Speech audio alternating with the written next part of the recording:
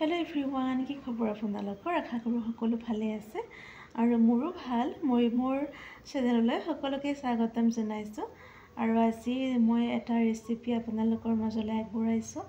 বিটৰ cake বনাইছোঁ হোলী বুলি আৰু আশা কৰোঁ ভিডিঅ'টো চাই আপোনালোকে ভালেই পাব।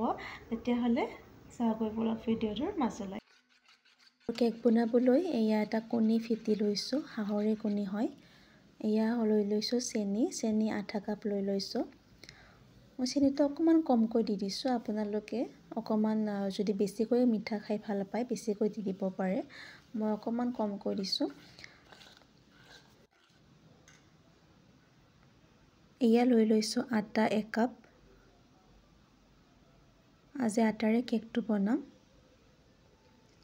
গোটেইখিনি এতিয়া ভালদৰে মিহলি কৰি লৈ ল'ম।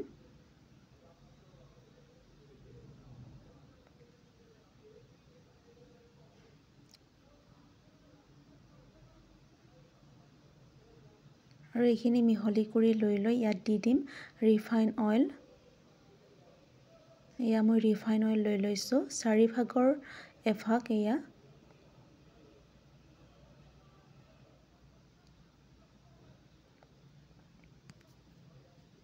এতিয়া আকৌ গোটেইখিনি মিহলি কৰি লৈ ল'ম।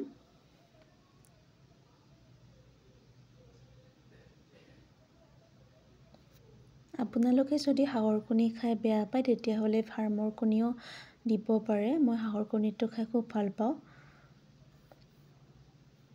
গোটেইখিনি ভালদৰে মিহলি কৰি লৈ ল'ম আৰু ইয়াত দি দিম মই গাখীৰ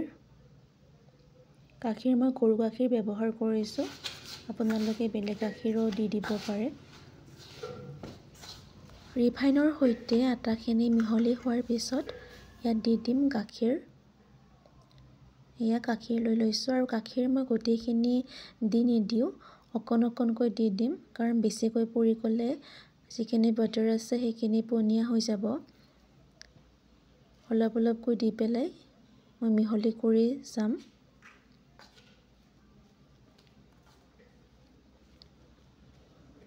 বেটাৰটো যিমানে ফেটা যায় কেকটো সিমানে ছফ্ট হয়।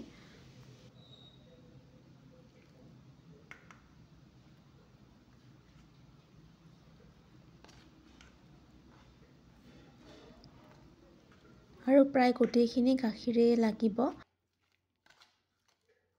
শুহি লৈছে আটাখিনিয়ে এয়া মই দি দিছোঁ আৰু সঠিক পৰিমাণে এটা বেটাৰ হ'ব লাগিব। আৰু ভাবিছোঁ আজি বিটেৰে কেকটো বনাম আৰু বিটটো মই কাটি লৈছিলোঁ আৰু এয়া যিখিনি গাখীৰ আৰু আটা ভালদৰে ফেটি ল'ম যাতে কেকটো ছফ্ট হয়, গোটা পৰি নাথাকে। আৰু গোটেইখিনি ভালদৰে মিক্স হোৱাৰ পিছত ইয়াত মই দি দিম বিট এটা। মই এটাই বিট ব্যৱহাৰ কৰিম। গাখীৰ আৰু লাগিব অকণমান, বিট দি দিলে আৰু মানে বস্তুটো গোট খাই যাব। আৰু প্ৰথমতে বিটটোৱে মই দি ল'ম বাৰু। এয়া দেখিছেনে এটা মই বিট লৈ লৈছোঁ। আৰু ভিডিঅ'ত দেখুৱাৰ ধৰণে এতিয়া মই ৰুকনা এখন লৈ ল'ম আৰু ৰুকনাৰ সহায়ত মই এইটো ৰুকি দিম। এয়া ৰুকি দিছোঁ।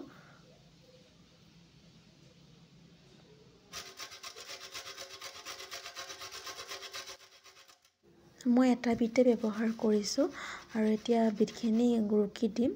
আৰু একচুৱেলি আপোনালোকে মিক্সাৰতো মাৰি ল'ব পাৰে বিটটো, মই কিন্তু ৰুকি দিছোঁ। অকণমান গোটা হৈ থাকিলে ভাল লাগে খাই। আৰু এয়া দেখিছেনে গোটেইখিনি ভিডিঅ'ত দেখুৱাৰ ধৰণে মিহলি কৰি লৈ ল'ম আৰু কালাৰটো যে ইমান কিউট লাগিছে। ভাবিছোঁ এই কেকটো মই প্ৰেছাৰতে বনাম আৰু গিলাচত মই এইখিনি বাটাৰ দি দিম। 2টা গিলাচ মই লৈ ল'ম, তাত অকণমান ৰিফাইন অইল দি দিম, লগতে আটা গুৰি দি দিম যাতে লাগি নধৰে কেকটো। এইখিনি মিহলি কৰা হোৱাৰ পিছত ইয়াত মই বেকিং পাউডাৰ দি দিম আৰু বেকিং পাউডাৰ দি বেছি সময় মিহলি কৰি নাথাকোঁ আৰু এইখিনি জাষ্ট লৰাইহে দিম। আৰু লৈ কিনে অকণমান লৰাই দিয়াৰ পিছত আৰু গিলাচতে ভৰাই দিম। আৰু এইপিনে মই প্ৰেছাৰটো প্ৰিহিট হ'বলৈ দি দিছোঁ। এতিয়া এইখিনি গিলাচত ভৰাই দিম। এই 2টা গিলাচ মই লৈ লৈছোঁ। এয়া আৰু আটা গুৰিও সানি লোৱা হৈছে। এতিয়া এইখিনি ভৰাই দিম মই।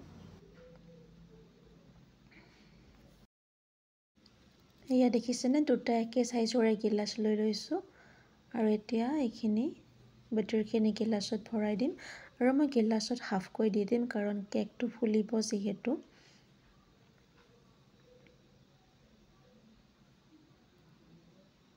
তো এয়া ভৰোৱা হৈ গ'লে এয়া দেখিছেনে মই হাফকৈ দি দিছোঁ কাৰণ কেকটো ফুলিব আৰু এতিয়া প্ৰেছাৰো দি দিম। দেখিছেনে গোটেই গিলাচটোত আটা কৰি সানি লৈছোঁ যাতে লাগি নধৰে আৰু এইপিনে মই প্ৰেছাৰটো প্ৰিহিটো হ'বলৈ দিছোঁ আৰু প্ৰিহিট হোৱা হৈ গ'ল প্ৰায় 10 মিনিটমান প্ৰিহিট হ'বলৈ দি দিছোঁ আৰু এয়া প্ৰিহিট হোৱাৰ পিছত গিলাচ দুটা প্ৰেছাৰত ভৰাই দিছোঁ আৰু এতিয়া জুইটো একেবাৰে ল' ফ্লেমত দি দিম আৰু এয়া কেক ৰেডি হৈ গ'ল। এয়া দেখিছেনে ফুলিছে কেকটো। এয়া বাগৰি গ'ল আৰু খুব ছফ্ট হৈছে। কেকটো কাটি মই দেখুৱাই দিছোঁ এয়া আৰু বিটৰ যিটো কালাৰ সেইটো নোহোৱা হৈ গৈছে আৰু জাষ্ট বিটৰ গোটাখিনি আছে। এটা য়েল্লো টাইপ হৈ গৈছে কালাৰটো, বিটৰ কালাৰটো য়েল্লো টাইপ হৈ গৈছে আৰু এয়া জাষ্ট বিট যিখিনি গোটা গোটা টুকুৰা সেইখিনি আছে। দেখিছেনে ধুনীয়া হৈ গৈছে কেকটো। এয়া মই ওচৰৰ পৰা দেখুৱাই দিছোঁ আৰু এয়া বনোৱা হৈ ধুনীয়া হৈছে, খাবলৈ সিমান ধুনীয়া হৈছে। ভিডিঅ'টো আজি ইমানতে সামৰণি মাৰিছোঁ। আকৌ লগ পাম নেক্সট এটি ভ্লগত। সকলো ভালে থাকক, বাই।